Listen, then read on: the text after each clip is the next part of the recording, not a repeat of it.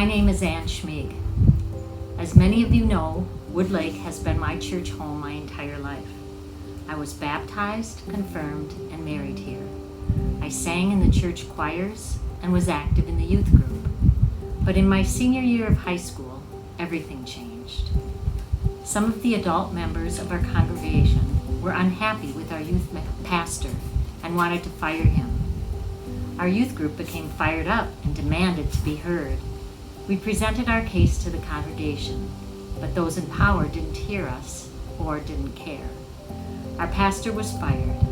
I left Woodlake, went off to college, and didn't plan to come back.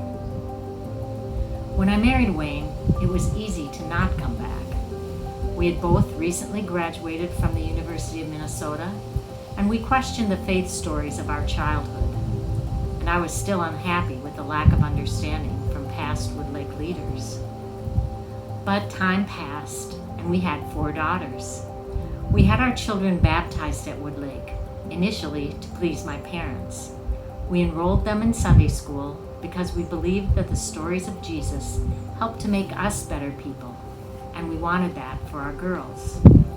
Wayne and I became more involved as our children grew, teaching Sunday school and confirmation classes, and eventually taking adult classes too. When our girls were young, there was a fad to wear rubber bracelets with the initials WWJD, meaning what would Jesus do? This short phrase, brought to me innocently by my children, became the new cornerstone of my faith. We tried to teach our girls right from wrong with those words to guide us. As Pastor Neil reminded us just a short time ago, Jesus was for the underdog, the oppressed, the poor, the helpless.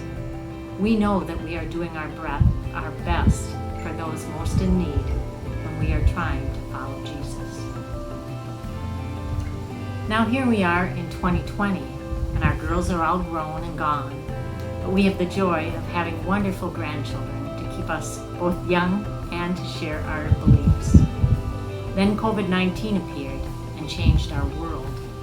We couldn't go to church or hug our grandkids or be with our family or friends. But we could financially support local organizations who were helping those most vulnerable. We couldn't bring communion to our homebound members, but we could call them on the phone or send letters so they knew they were not forgotten.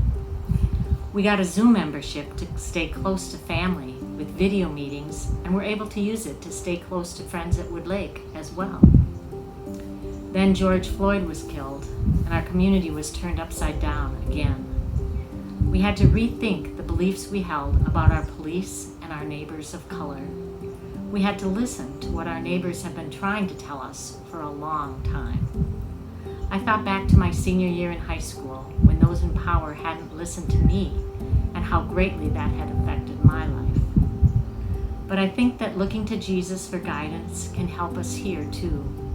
I have faith that he would stand up for those who are oppressed and challenge the oppressors.